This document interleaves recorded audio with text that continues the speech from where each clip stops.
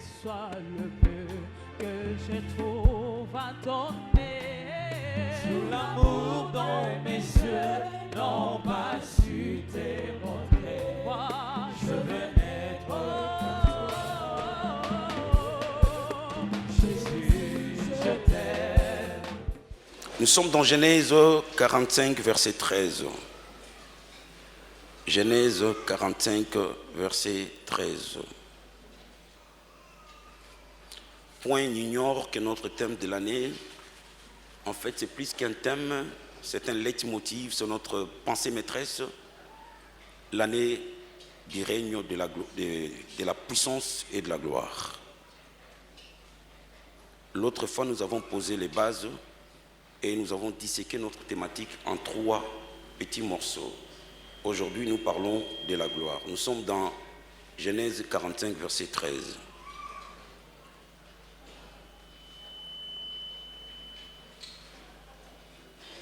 Genèse 45, verset 13. Je suis dans la version Louis II.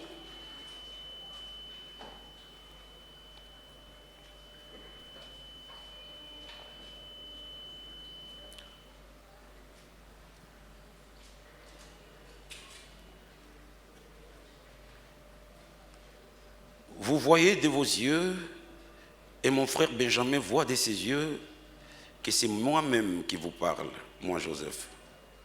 Racontez à mon père toute ma gloire en Égypte et tout ce que vous avez vu, et vous ferez descendre ici mon père au plus tôt possible.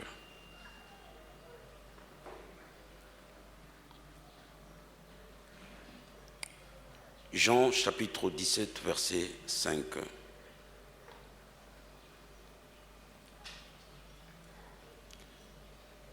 Jean 17, 5. Et maintenant, toi, Père, glorifie-moi auprès de toi-même, de la gloire que j'avais auprès de toi avant que le monde fût. Amen. Regagnons nos places. Bien-aimés frères et sœurs, je sollicite votre attention particulière. Et je vous rappelle que chaque culte a un côté mystique et particulier. Toutes les étapes du culte sont très importantes. Les moments de l'annonce de la parole, c'est un moment crucial où Dieu porte sa combinaison, il rentre dans son atelier de fabrication, il est en train de fabriquer de nouveaux hommes, de nouvelles femmes, calquées selon le modèle du Christ Jésus qui est le standard de la perfection. C'est un moment où Dieu nous conduit à la croissance en maturité pour atteindre la stature parfaite du Christ. La vie chrétienne, ce n'est pas le nombre d'années que nous avons fait cet exercice-là. Vous sortez le matin, vous venez, vous priez, vous rentrez. C'est la réduction de l'écart entre ce que tu es et ce que tu dois être en ce moment-ci, la croissance. Et la réduction s'est faite par la promptitude que nous avons à mettre en application tout ce que nous recevons comme instruction. Quand vous venez à l'église, disposez votre cœur pour entendre le Seigneur et sois flexible, malléable, dans un sens positif du terme, malléable, et puis enseignable. Laisse-toi enseigner. Vide ton cœur. Écoute avec un cœur simple. Écoute avec un cœur humble. Chaque fois que Dieu nous parle, non seulement il rajoute quelque chose en termes de connaissances, mais il est en train de nous guérir, il est en train de nous transformer comme un potier et il nous donne la forme qui ressemble à son Fils Jésus. Nous allons parler de la gloire, parce que l'année a été baptisée l'année du règne de la puissance et de la gloire. La gloire vient du mot hébreu kabod. c'est une valeur attribuée par rapport au poids. Donc, le mot kabod est intimement lié au poids. C'est une valeur attribuée à une chose ou à une personne par rapport à son poids. Ça, c'est la racine sémantique du mot gloire. Nous sommes allés puiser dans la culture juive. On a compris l'étymologie du mot gloire. Kabod, c'est le poids.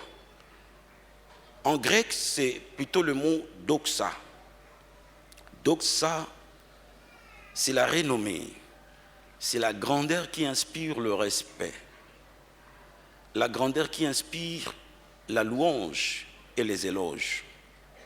Doxa, c'est ce qui donne le mot français doxologie. En termes techniques, on peut appeler la louange doxologie. Il y a 2 types de gloire, ou mieux, 3 types de personnes qui peuvent être conscients de la gloire. Quand la gloire est présente quelque part, elle ne passe pas d'une manière discrète. Elle annonce les couleurs. Elle annonce sa présence. Et 3 types de personnes peuvent être conscients que la gloire est là. Premièrement, toi-même, tu dois être conscient qu'il y a quelque chose de glorieux qui est en train de se passer dans ma vie. Ici, dans la péricope que nous venons de lire, vous remarquez que Joseph est conscient de ce qui lui est arrivé en Égypte. Et il les dit sans embâche, allez raconter à mon père ma gloire. La gloire de Joseph. Donc Joseph était conscient que quelque chose vient de se passer dans ma vie. Mon potentiel social vient de monter d'un cran. Ma dimension, mon influence, mon aura a été sensiblement transformée. Il en était conscient. Deuxièmement, l'opinion publique ou les hommes qui nous entourent finiront par comprendre que tu n'es plus la même personne. Troisièmement, les grands, ceux qui t'ont précédé dans la cour de grands, les hommes puissants, peuvent te côtoyer. Parce que là, tu commences à dégager une énergie qui attire tout ce qui correspond à la dimension que tu as pris. Vous avez vu Jésus sur la montagne de la transfiguration. En fait, il a extériorisé la dimension cachée de sa divinité. Les 4 êtres vivants qui vivent autour du trône. Il y a l'homme, il y a le lion, il y a les veaux, il y a aussi l'aigle qui vole. Avant l'incarnation, Jésus s'est manifesté par des théophanies. Il pouvait venir comme un homme. On appelle ça l'anthropomorphisme. En fait, l'humanité de Dieu. La façon de Dieu de se manifester d'une manière humaine et d'une manière visible aux hommes. L'anthropomorphisme. Jésus a visité Abraham. Et il a dit, les jours où votre ancêtre Abraham a vu mon jour, c'est-à-dire mon incarnation, il était tressailli de joie. Jésus monte sur la montagne de transfiguration, il manifeste sa gloire. L'homme qui se trouve autour du trône, parmi les 4 êtres vivants. Et Pierre, Jean et Jacques étaient éblouis. Ils étaient sublimés par cette révélation, manifestation. Jésus a manifesté sa vraie version de la divinité. Du coup, il a attiré les grands vers lui. Il y a Moïse qui apparaît dans cette gloire. Il y a aussi Élie qui apparaît dans la gloire. Voilà, les décors de la gloire étaient plantés. Pierre, emporté par la beauté de la révélation, il dit, construisons 3 temples. Et pourtant, ils étaient 6. Construisons 3 tentes. Voilà, bien-aimés. Jésus, quand il a pris sa forme glorieuse, du coup, Moïse et Élie l'ont rejoint. Quand on monte dans la gloire, on peut côtoyer les grands facilement. Mais nous devons savoir que la gloire a des dimensions. La gloire a des dimensions. La Bible dit que Salomon était élevé au plus haut degré.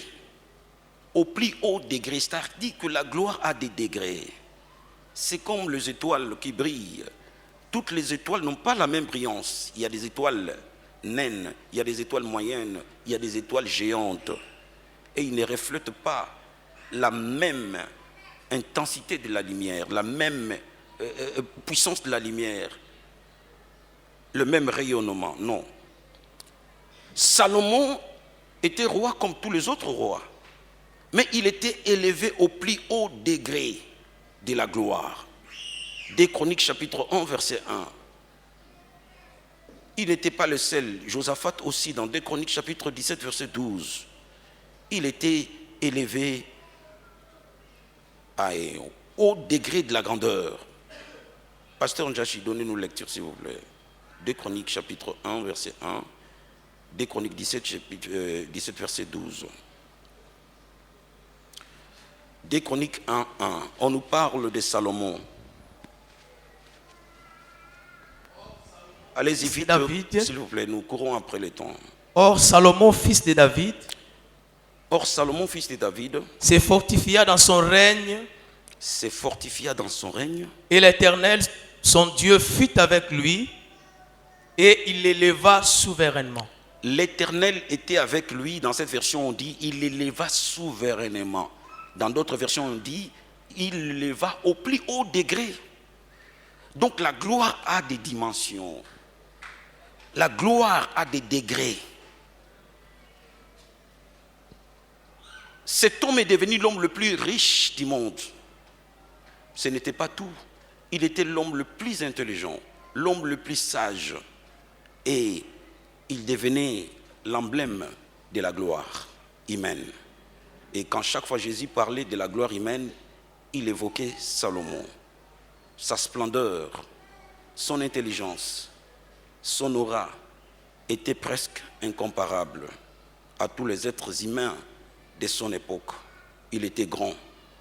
Voilà, bien aimés frères et sœurs, la gloire a des degrés.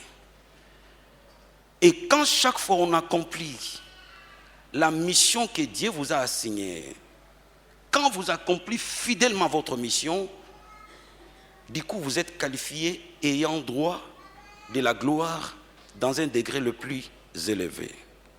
Dans sa prière sacerdotale, Jésus a dit, Seigneur, j'ai accompli la mission. J'ai fait savoir ton nom à tes enfants. Maintenant, Seigneur, rends-moi la gloire que j'avais auprès de toi. Rends-moi la gloire que j'avais auprès de toi. Il revendique la gloire. Il était glorieux sur la terre. On l'appelait le Seigneur, le Messie. Mais là, il revendique une gloire supérieure par rapport à celle qu'elle avait. Comprenez bien, mes frères et sœurs, que la gloire a des degrés. La Bible dit, dans 1 Corinthiens 3, 18, lorsque nous les côtoyons au quotidien, nous sommes transformés de gloire en gloire.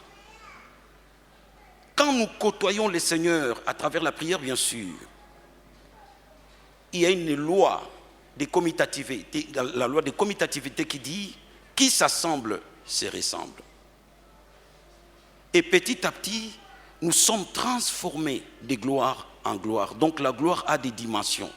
On peut aller monter, escalader l'échelon de la gloire, monter encore plus et monter encore d'un cran. Voilà, bien-aimés. Nous avons nous avons deux types de sources de gloire. La gloire des hommes et la gloire de Dieu. La gloire des hommes, c'est la gloire que les hommes peuvent nous donner.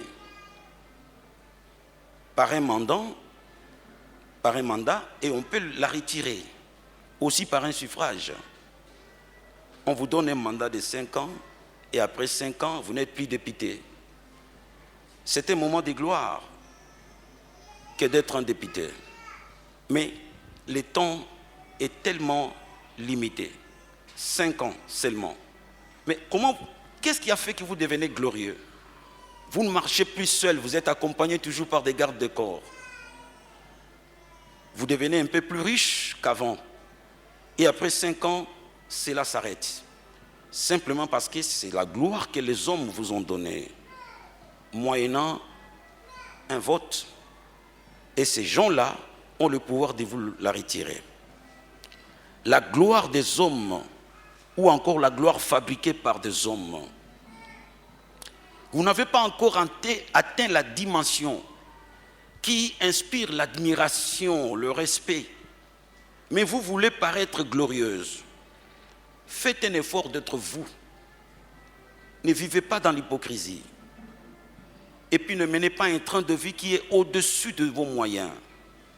Ne fabriquez pas une gloire pendant que le Seigneur ne vous a pas encore élevé. La Bible l'appelle une vaine gloire. Vous pouvez la voir en empruntant des chemins raccourcis à travers le fétiche, à travers l'escroquerie, à travers la vie d'endettement. Vous faites semblant d'arriver et pourtant vous n'êtes pas encore au point de départ. Que le Seigneur nous aide. La Bible dit, que servirait-il à un homme de tout gagner? De gagner la gloire des hommes et de perdre son âme. On ne peut pas vivre d'une manière glorieuse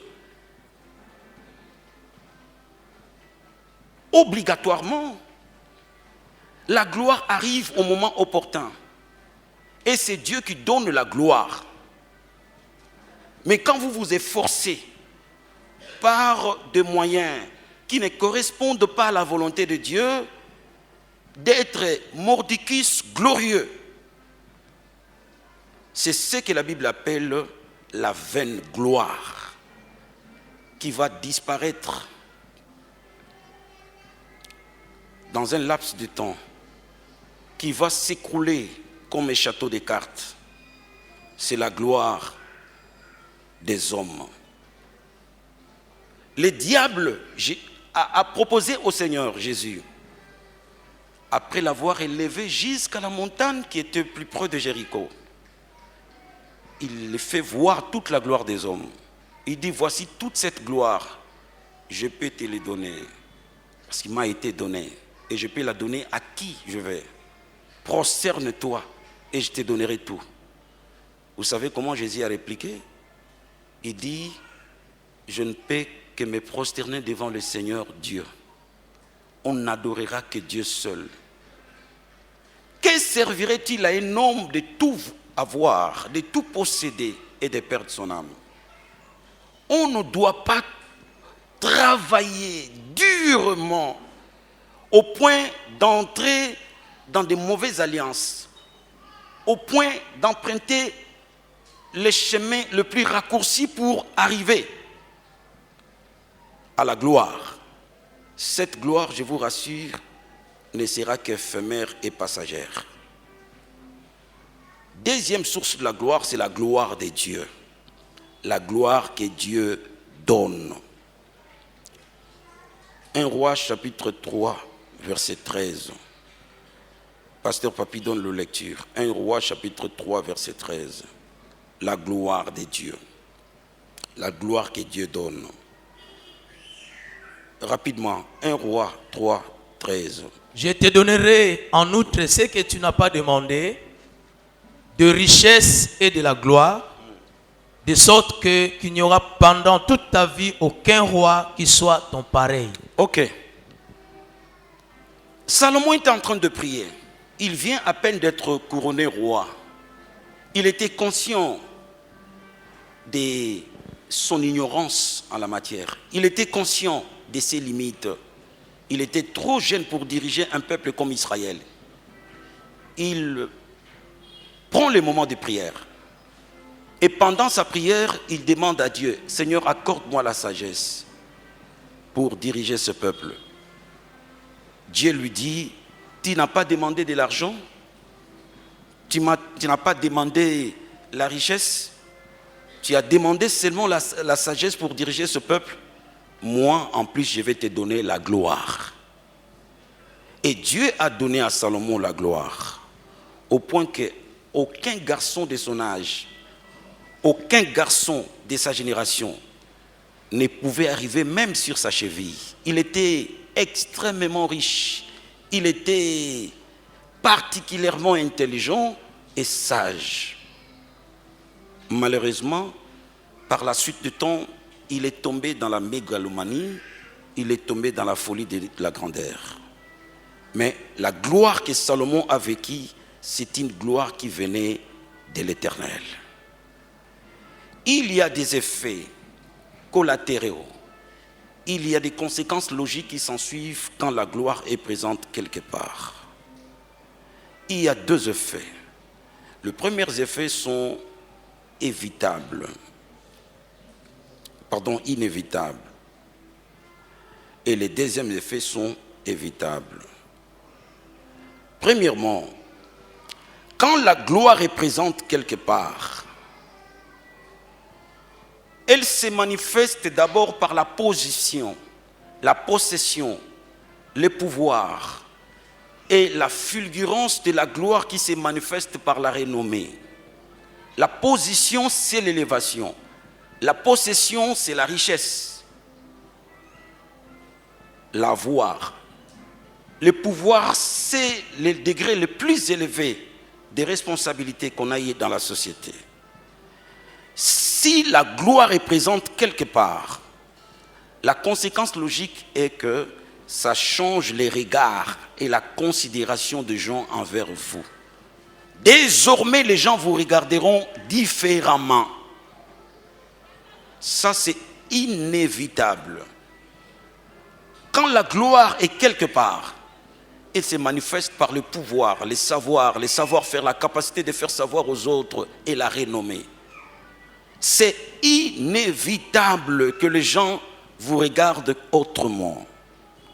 Vous avez de la considération. Vous forcez l'admiration de vos contemporains. Vous attirez des éloges. Vous suscitez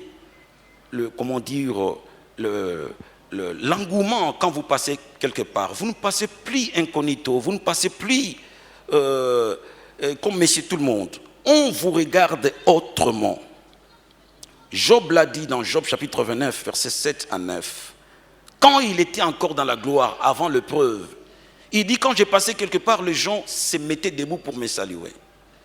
Et quand un prince donnait son discours, quand j'arrive, il arrête son discours pour me regarder d'une manière stupéfaite.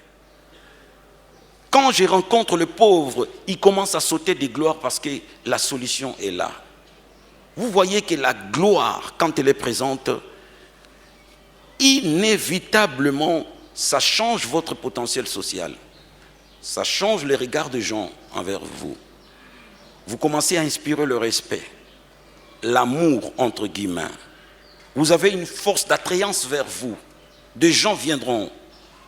Vous avez un aura qui devient puissant et influent. Ça, ce sont des choses, je préviens déjà à quelqu'un qui est sur le chemin de la gloire, ce sont des choses inévitables qui arriveront. Jésus, il sort du désert. Il sort d'une épreuve de 40 jours et 40 nuits. Il en est sorti victorieux. Revêtu de l'esprit, il est devenu glorieux. Il entre dans la synagogue pour prêcher la parole de Dieu. Dans Luc chapitre 4, verset 15, la Bible dit, il était glorifié par tous. C'est-à-dire, il était honoré, admiré, applaudi, adulé par tous. Pourquoi? Parce qu'il avait en lui un revêtement de gloire, une onction qui débordait, et la puissance de Dieu s'éclatait d'une manière glorieuse. Et le petit peuple, les gens qui avaient de cœur simple, ils l'ont adulé, ils l'ont glorifié. Permettez-moi de vous le dire, bien-aimés frères et sœurs. Dieu, dans notre parcours vers le chemin de la gloire, prévoit tout et pourvoit à tout. Soyez simplement obéissants. Tenez la main du Seigneur.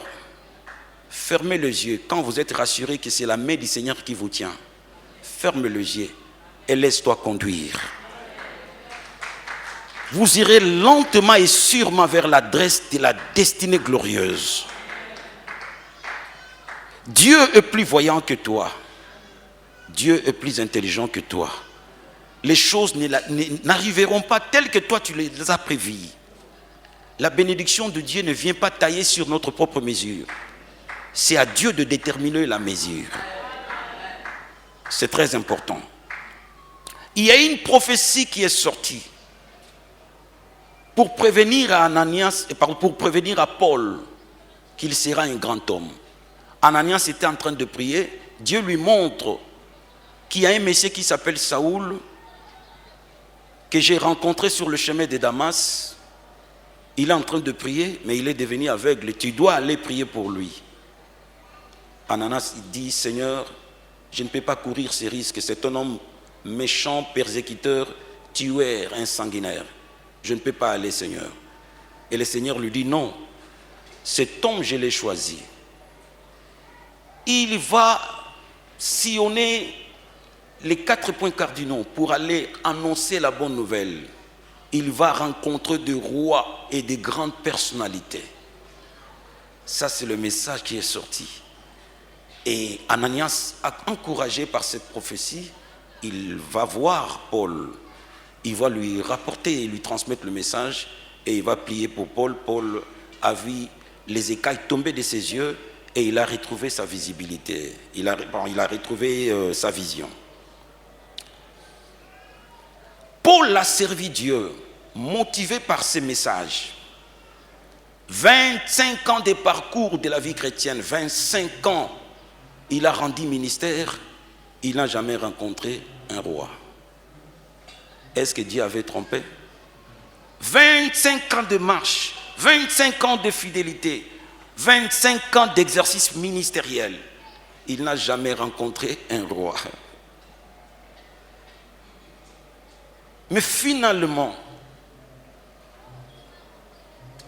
4 ans après, il a rencontré 2 grands rois, à l'occurrence le roi Agrippa, qui a discuté avec Paul au point qu'il était sur le point de devenir chrétien. Lui-même l'a avoué.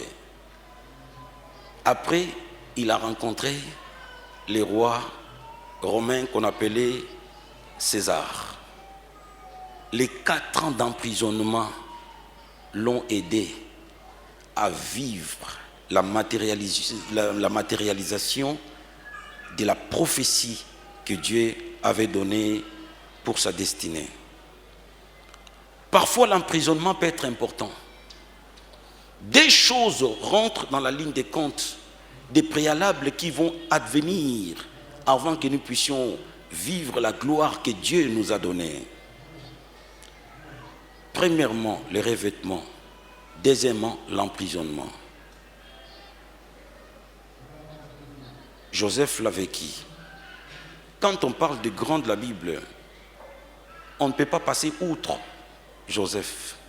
C'est un grand.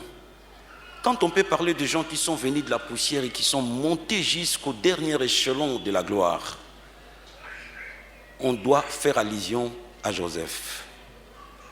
Joseph grandissait à côté de son père, si bien qu'il était devenu orphelin de mère depuis la petite enfance. Son père l'entourait de beaucoup d'amour parce qu'il l'a eu à un âge très avancé. Deuxièmement, il aimait beaucoup sa mère Rachel. Et pour compenser à l'absence de maman, papa passait beaucoup de temps avec cet enfant. Il a donné à cet enfant une marque de distinction, la robe bigarrée, la robe multicolore, symbole de la prééminence. Cette robe-là n'est pas portée par monsieur tout le monde. Dans la culture juive, quand on vous donne une robe bigarrée, une robe multicolore, c'est un symbole de la prééminence. C'est un symbole d'élévation. Et dans chaque famille juive, l'enfant qui est l'aîné, par ordre chronologique de naissance, c'est lui qui est pressenti l'héritier, le premier héritier. Il a droit à la double portion. Et c'est lui qui s'assoit à côté de son père. En cas d'absence de papa, c'est lui qui joue le rôle de papa. Si le papa était roi, c'est lui, ipso facto, qui devient le roi. Donc être premier-né, c'était une position privilégiée. Mais curieusement, Jacob donne la robe qui était destinée au premier-né à Joseph. Cela a provoqué un conflit. Cela a provoqué une sorte de division entre les enfants. Ce geste-là a commencé à alimenter les sentiments d'une haine viscérale dans le cœur de Rubin. Et c'est Rubin qui a orchestré d'une manière maligne la vente ou la trahison de Joseph, parce qu'il a porté la robe que lui était pressenti de porter. Cette robe lui a valu la trahison. La trahison était le prix ou les tickets qui devaient le conduire jusqu'à l'adresse de sa destinée. Dans le parcours de ces garçons, il a eu toujours le problème d'habits, de revêtements. Ses frères ont pris son vêtement et ils sont allés mentir à leur papa que notre frère est mort. Certainement, il a été mangé par un animal sauvage. Papa commence à mener deuil et le deuil a duré plus de 13 ans. De l'autre côté, il est allé chez Potiphar. On lui donne la robe d'un domestique. Un domestique intelligent. Un domestique qui exhale le parfum de la grâce. Sa présence dans cette maison-là a apporté pas mal de bénédictions. Et Potiphar en était conscient. Il l'éleva au rang du premier domestique. Ces garçons étaient beaux. Et la dame de la maison, ou la femme de Potiphar, commence à la regarder autrement, au point de lui ravir la robe et de changer la donne dans la vie de ces garçons. Lui qui a ravi la robe parce qu'elle cherchait à coucher avec ces garçons, il exhibe la robe comme preuve matérielle du viol. Les garçons vont à la prison. Il porte l'uniforme, la robe de la prison. Tous les prisonniers portent la même robe, l'uniforme. Après 2 ans d'emprisonnement, il enlève cette robe pour devenir le premier ministre du grand empire Égypte. Mais avant cela, c'est l'emprisonnement qui l'a aidé. Chaque fois, on les ravissait, la robe. Chaque fois, on les dépouillait. Cette fois-là, c'est lui-même qui a changé d'habit pour porter l'habit de gloire. Pourquoi? L'emprisonnement l'a aidé. L'emprisonnement a aidé ces garçons à acquérir la maturité pour commencer cette fois-là, non seulement de songer, mais d'interpréter les songes. Il avait tout le temps des visions, il avait tout le temps des songes, il ne savait pas comment interpréter les songes. L'emprisonnement l'a aidé. Dans notre parcours vers l'adresse de notre gloire, nous devons, à la rigueur, accepter la prison. Quand je parle de la prison, ce sont des 4 murs de restriction. La prison, c'est ce moment de consécration. C'est un moment de prière intense. C'est un moment de la recherche de la volonté de Dieu. Et quand vous investissez ces moments-là, l'emprisonnement, vous séparez avec les autres pour vous concentrer à ce que Dieu vous a donné comme mission. Vous aurez la sagesse, l'intelligence qu'il faille pour accomplir à bon escient la mission que le Seigneur vous a assignée. Quand il sort de la prison, il était ragaillardi, il était devenu glorieux. Et pratiquement c'est lui qui était le gouverneur du grand empire Égypte. Et ses frères sont venus se prosterner devant lui. C'est alors qu'il pouvait dire avec courage, allez raconter à mon père ma gloire. Bien-aimés, nous avons besoin des revêtements. Les revêtements ne viennent que par la prière, accompagnés des sacrifices. Nous avons besoin de l'emprisonnement. L'emprisonnement, c'est quoi? Ce sont des restrictions, des interdits que je me donne pour consolider mon onction, pour renforcer ma consécration. Tout m'est permis, mais tout n'est pas utile. Je me donne une ligne de conduite. Je m'impose une certaine rigueur. Je m'impose des interdits et je le fais d'une manière libre et d'une manière convaincue. Après un temps, vous allez vous rendre compte que vous aurez le caractère qui est compatible au degré de l'élévation que Dieu veut vous donner. Amen, peuple de Dieu. C'est très important. C'est inévitable que la gloire de Dieu arrive dans la vie de quelqu'un qui connaît les revêtements divins, qui connaît l'emprisonnement divin. Deuxièmement, j'ai dit, il y a des choses qui vont venir, mais que nous pouvons éviter. Qu'est-ce qui va venir quand la gloire va venir? L'orgueil, la mégalomanie, la folie de grandeur. Et nous pouvons bien éviter cela. Quand on commence à gagner en puissance, quand on commence à monter, la tentation devient presque permanente de verser dans l'orgueil et dans la folie de la grandeur.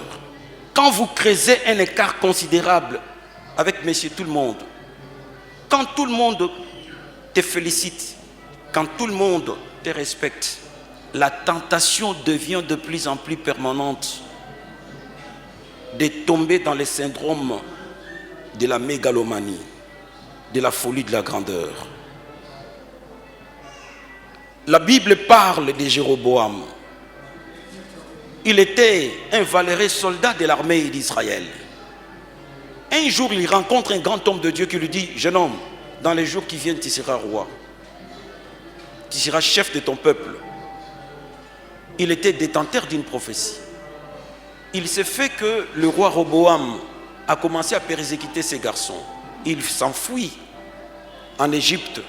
Il s'exile en Égypte. Après quelque temps, il revient et il devient roi d'Israël.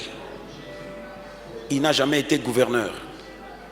Il n'a jamais été fils d'un roi, parce qu'on ne peut pas devenir roi sans être un prince. Il n'a jamais été prince. Simplement par une prophétie, il devient roi des 10 tribus d'Israël. Lors du schisme, lors de la séparation du royaume d'Israël, il y a eu le royaume du nord et le royaume du sud. Le royaume du sud n'avait que 2 tribus, la tribu de Juda et la tribu de Benjamin, avec naturellement la tribu de Lévi, avec quelques Lévites. Et de l'autre côté, il y avait 10 tribus. Roboam, fils de Salomon, est devenu roi du royaume du sud, qui avait comme capitale Jérusalem. Lui, Jéroboam, est devenu roi de Samarie, en fait des 10 tribus d'Israël, et ces 10 tribus avaient comme capitale Samarie. Mon frère, vous vous réveillez l'un des 4 matins, vous devenez roi des 10 tribus. Et ces garçons tombent dans la mégalomanie. Ils commencent à empêcher le peuple de ne plus aller à Jérusalem, parce que le temple se trouvait à Jérusalem. Ils proposent au peuple des hôtels de Baal, non, des hôtels du veau d'or. Ils placent l'un à Bethel et l'autre à Dan. Et le peuple est tombé dans l'idolâtrie. Il était roi, mais il se donne aussi les kilos de devenir sacrificateur. Le seul roi sacrificateur, c'est Jésus, qui avait comme type David. David a reçu 3 onctions. Il est le type du Christ. Il est triplement messianique. Il était roi, sacrificateur et prophète. Parce qu'il est le type du Christ. C'est un apanage de la famille davidide. Et ces garçons qui étaient de la tribu d'Éphraïm, Dieu l'a fait grâce de devenir roi. Il devait faire preuve d'humilité. Il devait faire preuve de la modestie. Il verse dans la mégalomanie. Conséquence logique, Dieu l'a rejeté. Attention, attention. Les talents qui atteignent une certaine dimension de distinction peuvent te conduire à la montagne de la gloire. Mais pour rester longtemps à la montagne de la gloire, il faut les caractères. Le charisme te fait monter sur la montagne, mais le caractère te maintient. Prépare-toi à vivre une saison glorieuse. Il y a une grande saison de gloire qui arrive. Tu dois te préparer. Comment? Rester toujours toi, enfant de Dieu. Quelles que soient les acclamations, quelles que soient les possessions, quelle que soit la position, quelle que soit l'accumulation des richesses, reste toi, enfant de Dieu, aimant Dieu et craignant Dieu. Et cela, c'est très important. C'est très important. Reste toi. Vous voyez les 24 vieillards. Ils ont reçu des couronnes. Mais ils restent devant le trône. Ils jettent les couronnes. Mais ils sont déjà glorieux. Mais ils prennent les couronnes et ils jettent. Ils étaient assis sur des trônes. Ils avaient de la couronne sur leur tête. Mais ils jettent des couronnes devant Dieu. Quand chaque fois Dieu vous bénit, quand chaque fois Dieu vous élève, restez toujours adorateur de Dieu. Restez toujours un amoureux de Dieu. Parce que tout ce que vous avez vu, ce n'est pas tout ce que Dieu a prévu. Ce n'est encore le débit, mon frère. Ton minimum, ce n'est pas le maximum de Dieu. Ce que Dieu prévoit pour toi, tu ne peux jamais le soupçonner. Tu ne peux jamais le rêver dans un songe. Oui, bien-aimés frères et sœurs, c'est plus qu'un rêve, c'est plus qu'une imagination, ce que Dieu prévoit pour toi. Ce que tu es en train de vivre aujourd'hui, ce n'est que des gouttes par rapport à ce que Dieu a prévu.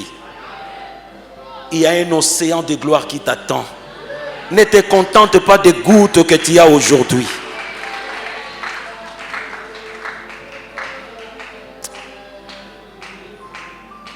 Soyons des conquérants de la gloire. Un conquérant est toujours insatisfait malgré le résultat. Tu as fait bien et les gens t'ont encouragé. Va encore plus loin. Fais très bien. Tu as fait très bien, les gens ont applaudi. Ne t'arrête pas là. Va encore plus loin. Fais excellent.